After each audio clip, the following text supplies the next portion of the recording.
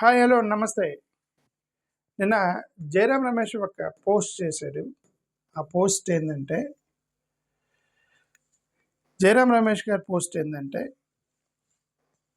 Non coal mining projects అంటే బొగ్గు కాకుండా ఇతర మైనింగ్ అంటే ఇసుక, మట్టి, కంకర వీటిని నాన్ కోల్ మైనింగ్ అంటారు. ఈ నాన్ కోల్ మైనింగ్ కోసం భూమిని కొనక ముందే మీరు ఎన్విరాన్మెంటల్ క్లియరెన్సెస్ తీసుకోవచ్చు, పర్యావరణ అనుమతులు తీసుకోవచ్చు అని కేంద్ర ప్రభుత్వం ఒక సవరణ చేసింది అని ఆయన పెద్ద ఆరోపణ చేశాడు. అంటే ఏంటి అర్థం?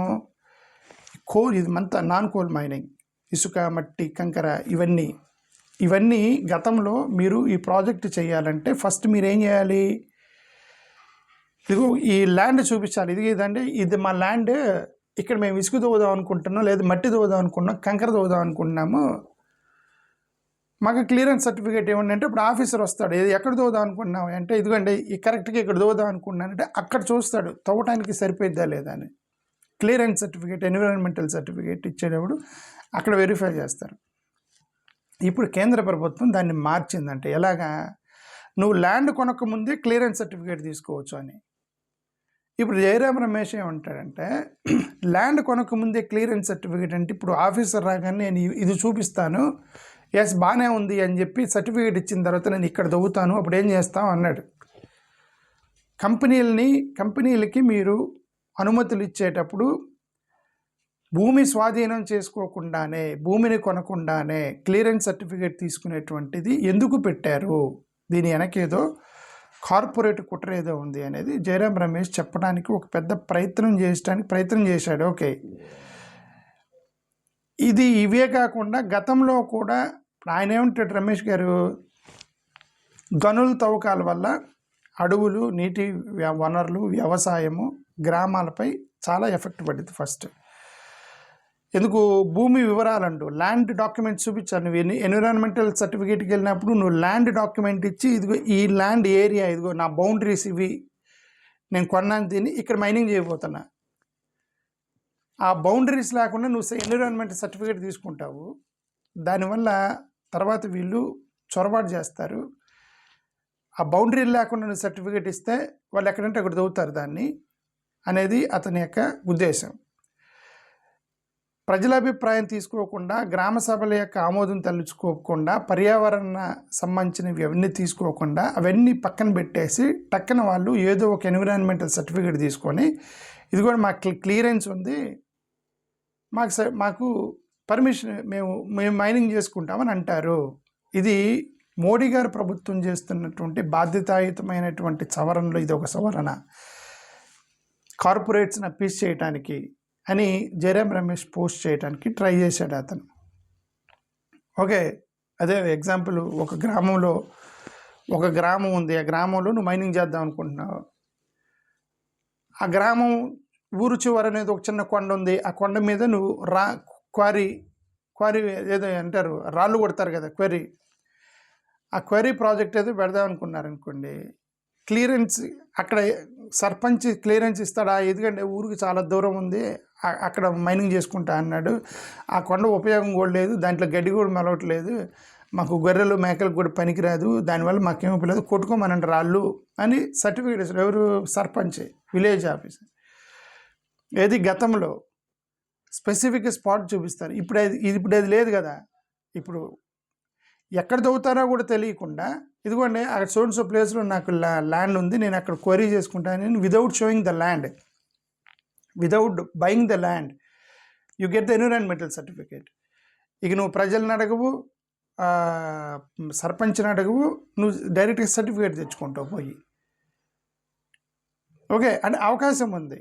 దీనికి కూడా పర్మిషన్ తీసుకోవాలి. ఓన్లీ ల్యాండ్ కొనకముందే నువ్వు ఎన్విరాన్మెంటల్ సర్టిఫికేట్ తీసుకోవచ్చు అని ఇచ్చాడు. వాళ్ళు ఏమంటారంటే ల్యాండ్ కొన్న తర్వాత ఎన్విరాన్మెంట్ రిజెక్ట్ చేస్తే అది పనికి రాకుండా పోతుంది, అందుకని మీరు క్లియరెన్స్ ఇస్తేనే ల్యాండ్ కొంటామని ఏదో చెప్పడానికి ప్రయత్నం చేశారు. Okay, but that doesn't work out. ఎందుకంటే ఒకసారి మీరు ఎన్విరాన్మెంటల్ సర్టిఫికేట్ తీసుకున్న తర్వాత మీరు ల్యాండ్ కొంటే, వేరే దగ్గర కొంటే, ఆ పక్కన జరుపుకుంటే, సో ఇవన్నీ కూడా ఇష్యూస్ అవుతాయి అనేది రమేష్ చేసినటువంటి ఆరోపణ. వీళ్ళు గతంలో కొన్ని నిబంధనలు కూడా సడలించారు. ఇప్పుడు ఇది ఈఐఏ ఎన్విరాన్మెంటల్ ఉండేది ఎన్విరాన్మెంటల్ ఇంపాక్ట్ అసెస్మెంట్ 2020 నిబంధనలు మార్చారు గతంలో. ఈఐఏ నిబంధనలు అంటారు. వాళ్ళు ఏం మార్చారు అప్పుడు, పర్యావరణ అనుమతులు లేకుండా మొదలైన ప్రాజెక్టులను కూడా తర్వాత అనుమతి ఇచ్చే విధంగా పోస్ట్ ఫ్యాక్టో క్లియరెన్స్ చేశారు. పోస్ట్ ఫ్యాక్టో క్లియరెన్స్ అంటే ఏంటి అర్థం, ఎవడో ఆల్రెడీ ప్రాజెక్ట్ మొదలెట్టాడు సర్టిఫికేట్ లేకుండా, అంటే క్లియరెన్స్ తీసుకోకుండా ప్రాజెక్ట్ మొదలెడితే అప్పుడు ఏం చేయాలి, గవర్నమెంట్ ప్రాజెక్ట్ని ఆపేసి సీజ్ చేసి కేసు పెట్టి లోపల వేయాలి కదా. అలా కాదు, వాళ్ళు ఆల్రెడీ ప్రాజెక్ట్ మొదలెట్టారు కాబట్టి ఇచ్చేయండి సర్టిఫికేట్ అని పోస్ట్ ఫ్యాక్టరీ క్లియరెన్స్ క్లాజ్ పెట్టారు. పోస్ట్ ఫ్యాక్టరీ క్లియరెన్స్ పెడితే ఇప్పుడు ఏం చేస్తారు, అందరూ ముందు స్టార్ట్ చేసి, సార్ నేను ఆల్రెడీ స్టార్ట్ చేశాను, ఎక్విప్మెంట్స్ వేస్ట్ అయిపోతే నాకు క్లియరెన్స్ ఇవ్వండి అని అడుగుతారు పోయి. ఓకే, నేను పర్మిషన్ ఇవ్వకుండా క్లియరెన్స్ నువ్వు ఎందుకు స్టార్ట్ చేసావు, నీ మొత్తం సీజ్ చేసేస్తున్నాను, నిన్ను అసలుకి బ్లాక్ చేసేస్తున్నాము, నువ్వు ఎందుకంటే గవర్నమెంట్కి పర్మిషన్ లేకుండా స్టార్ట్ చేసావు, నిన్ను జైల్లో పెడతాను ఇది అన్నారు. అతను ఆల్రెడీ స్టార్ట్ చేసాడట, సర్టిఫికేట్ ఇవ్వండి అని క్లాజ్ పెట్టారు. ఇంక ఇప్పుడు ఏం చేస్తారంతా, అట్లయితే సర్టిఫికేట్ ఇస్తారట అని చెప్పి ముందు స్టార్ట్ చేసి ఆ తర్వాత సర్టిఫికేట్కి పోతారు. ఇది చూడండి ఎట్లాంటి క్లాజులు పెట్టారు. ఈఐఏ నిబంధనలు పెట్టింది ఇది. ప్రజాభిప్రాయ సేకరణకి గడువు తగ్గించారు. గతంలో కొద్దిగా ఎక్కువ టైం ఉండేది కమ్యూనిటీ అప్రూవల్కి. ఇప్పుడు లేదు ఫాస్ట్గా మీరు ఎంతో వారం 10 రోజులు టైం ఇస్తే ఆ టైంలో కమ్యూనిటీ అప్రూవల్ జరగదు, ఏదో సర్టిఫికేట్ లాగిచ్చేస్తారనమాట. సో ఇలాగా ప్రజా విచారణ లేకుండా, ప్రజలకు సంబంధం లేకుండా ఇలా చేసుకుంటూ పోయారు.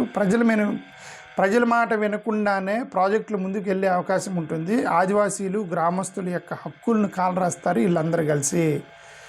ఇలాంటి చట్టాలు చేయటం వల్ల ఆదివాసీలు, గ్రామస్తులు, గ్రామీణ ప్రజలు, కొండ ప్రాంతాల్లో ఉండే వాళ్ళ యొక్క జీవనాధారాన్ని తొక్కుతారు వీళ్ళు, మైనింగ్ కంపెనీలు. ఇది వాళ్ళ గతంలో గతంలో చేసిన సవరణలు ఇవన్నీ.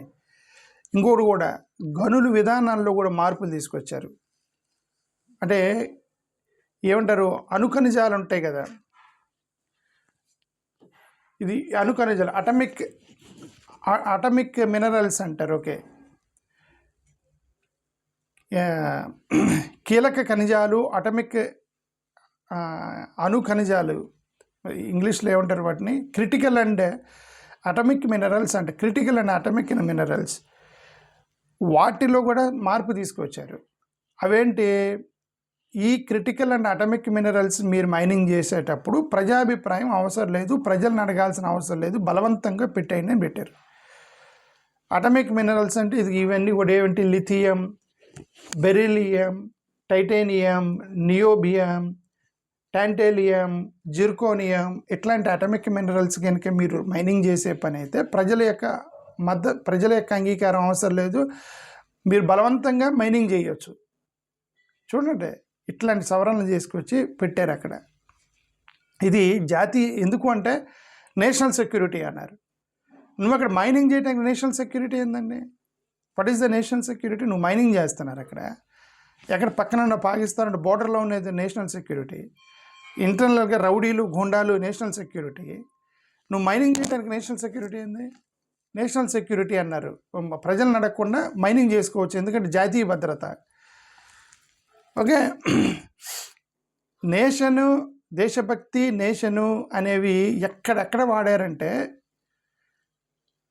అసలు సంబంధం లేని చోట వాడారు అనమాట. అన్నీ వేరే వాడిని కొట్టి దేశభక్తి అని చెప్పడం, అటాక్ చేసి దేశభక్తి అని చెప్పడం, ఇవన్నీ కూడా చేశారు. అంతే దేశంలో జరుగుతుంది అదే కదా. ఎందుకు చేస్తున్నారంటే మా దేశభక్తి అన్నారు. ఎందుకు లించింగ్ చేస్తున్నారా, ఎందుకు ముస్లిమ్స్ని కొడుతున్నారని దేశభక్తి అంటున్నారు. ఓకే, ఇది మైనింగ్ ఎందుకు చేస్తున్నారు, దేశ భద్రత అన్నారు. ఫెడరల్ సిస్టమ్ ఎత్తేసి మీ చేతిలోకి ఎందుకు తీసుకున్నారంటే జాతీయ విధానం అని, అది దేశం పేరు వాడి ఇవన్నీ చేస్తున్నారని చెప్పి మరి జయరాం రమేష్ వాళ్ళు చేసినటువంటి ఆరోపణలు ఇవన్నీ. ఓకే, డీప్ సీ మైనింగ్ కూడా మార్చారు. డీప్ సీ మైనింగ్ ఏంటి, సముద్ర గర్భంలో ఖనిజాలు ఉంటాయి కదా, సముద్ర గర్భంలో ఖనిజాలు ఉంటాయి, అవి ప్రైవేట్ సంస్థలకు ఇచ్చారు. అది అవి ప్రైవేట్ వాళ్ళకి ఇస్తే ఇక అది ఏదైనా మ్యారైన్ ఎకాలజీ పోతుంది, ప్లస్ అక్కడున్న ఫిషర్మ్యాన్కి ప్రాబ్లమ్స్ అవుతాయి. ఎక్కడంటే అక్కడ మైనింగ్ ఇచ్చేసారండి. నువ్వు సముద్రాలు, కొండలు, గుట్టలు నీ పని తవ్వుకోవటమే నీ పనే. అదే వీళ్ళు వచ్చిన తర్వాత తవ్వుకునే పని అనమాట ఇది. ఆరావళిలో వచ్చిన గొడవ మీకు తెలుసుగా, ఆరావళి పర్వతాల దగ్గర వచ్చిన గొడవ ఏంది? ఇది 100 మీటర్ల కంటే తక్కువ ఉంటే నువ్వు మైనింగ్ చేసుకోవాలంటే రచ్చరచ్చ చేశారు. సోషల్ మీడియా వాళ్ళు అంటే ఏమంటారు, environmental experts, media channels, Arnab Goswami ఇలాంటి వాళ్ళు తగిలేరు దాన్ని. ఓకే, వీళ్ళందరూ తగిలితే అది వెనక్కి తీసుకున్నారు. ఇదేదో తేడా కొట్టేటట్టుకుందని దాన్ని మార్చి కేంద్ర ప్రభుత్వం, సుప్రీంకోర్టు కూడా డెసిషన్ వెనక్కి తీసుకుంది ఆరావళి పర్వతాలకు సంబంధించి. లేదంటే దీన్ని కూడా లేపేసేవాళ్ళే, ఇది కూడా కొట్టేసేవాళ్ళే దీన్ని కూడా. ఓకే, ఇది శాండ్ అంటారు దీన్ని. శాండ్ అంటే తెలుసుగా మ్యానుఫ్యాక్చర్డ్ శాండ్. మ్యానుఫ్యాక్చర్డ్ శాండ్ అంటే మీరు అదే కంకర అవన్నీ ఏమంటారు, కంకర ఫ్యాక్టరీలో బూడిద వచ్చింది కదా, మ్యానుఫ్యాక్చర్డ్ శాండ్ అంటారు. ఇది న్యాచురల్ శాండ్ కాదు, ప్రాజెక్టులో మిగిలిపోయిన బూడిద పొట్టు ఉండేది కదా, దాన్ని శాండ్ అంటారు. దాన్ని కూడా ఆదాయం పెంచుకోవడానికి ఇసుక బ్లాకులు వేలం వేయటానికి కొన్ని సవరణలు చేశారు. నదీ పర్యావరణంపై ప్రభావం అది చాలా ప్రభావం చూపించింది. అవన్నీ కూడా ఏదో ఒక లిటిగేషన్ పెట్టి చేశారు. అది కూడా ఈ ఆరోపణలు ఎదుర్కొన్నారు వాళ్ళు. అక్రమ ఇసుక తవ్వకాలు ఇవన్నీ పెరిగినాయి దీనివల్ల. ఇది యాక్చువల్ ఇది కంకర, ఇది ఇసుక కాదు. బట్ ఈ శాండ్ సర్టిఫికేట్ తీసుకొని శాండ్ తవ్వుతున్నారట, సముద్రాల్లోకి వెళ్ళి ఇసుక తవ్వుతున్నారట. ఏంటంటే సర్టిఫికేట్ ఏమో దీని మీద ఉంటుంది, వాళ్ళు తీసుకెళ్లేదేమో ఇసుకట. సో ఇదంతా చేస్తున్నారని గతంలో జరిగాయి. దీని మీద అది చూడండి, ఇది ఫైనల్గా గ్రేటర్ నికోబార్ ఐలాండ్ మీద కూడా గొడవ వచ్చింది కదా. గ్రేటర్ నికోబార్ ఐలాండ్స్ ప్రాజెక్ట్ మీద గొడవ ఏంటి, వాళ్ళు ఎకనామిక్గా, స్ట్రాటజిక్గా పర్ఫెక్ట్గా చేసినప్పుడు కూడా ఆదివాసీల యొక్క సర్టిఫికేట్ క్లియరెన్స్ తీసుకోకుండా మాకు అవసరం లేదు, ఆదివాసీలను అడగాల్సిన అవసరం లేదని ప్రాజెక్ట్ మొదలెట్టారు. ఆదివాసీలు కోర్టుకు వెళ్ళారు, ఆగిపోయింది సుప్రీంకోర్టులో, కలకత్తా హైకోర్టులో ఆగిపోలేదులేండి. బట్ సంథింగ్ అదే వాళ్ళకి గవర్నమెంట్కి వచ్చింది. అంటే సింపుల్గా ఏంటంటే ఆదివాసీలు ఒకటేనండి, పేదలు, ఆదివాసీలు, పర్యావరణము, ఎన్విరాన్మెంటు, చేపలు పట్టేవాళ్ళు, వీళ్ళతో ఎందుకంటే తీసి అవసరపడే వాళ్ళుగా అది మనకు కావాల్సింది. ఇదిగో అది తవ్వితే మనకు 1000 కోట్ల రూపాయలు వస్తాయి, మనకు 1000 కోట్ల రూపాయల కమిషన్లు వస్తాయి. ఆ తవ్వేవాడు వాడికి డబ్బులు వస్తాయి, వాడు మనకి కమిషన్ ఇస్తాడు. కమిషన్ కాదు, ఇండైరెక్ట్గా కొన్ని పార్ట్నర్షిప్లు కూడా ఉంటాయి రాజకీయ నాయకులకి. కంపెనీల్లో పార్ట్నర్షిప్లు ఉంటాయి ఇండైరెక్ట్గా, ఎవరో బినామీల పేరు మీద పార్ట్నర్షిప్. కమిషన్ రోజులు ఎప్పుడో పోయినాయి. ఇదిగో నా మైనింగ్ చేస్తే 20% మాకు పార్ట్నర్షిప్ ఇవ్వాలి, లేదంటే 50-50 పార్ట్నర్షిప్. ఇదిగో మా వాడు వేరే వాడు వచ్చి జాయిన్ అవుతాడు నీతో పార్ట్నర్గా, వాడు నా బినామీ, నేను ఉండను డైరెక్ట్గా. అలాగా ఈ కొండలు, గుట్టలు, సముద్రాలు కూడా తవ్వేస్తున్నారు. అది జరుగుతుంది యాక్చువల్గా. అది జయరాం రమేష్ చేసేటువంటి ఆరోపణలు. థ్యాంక్ యూ, నమస్కారం.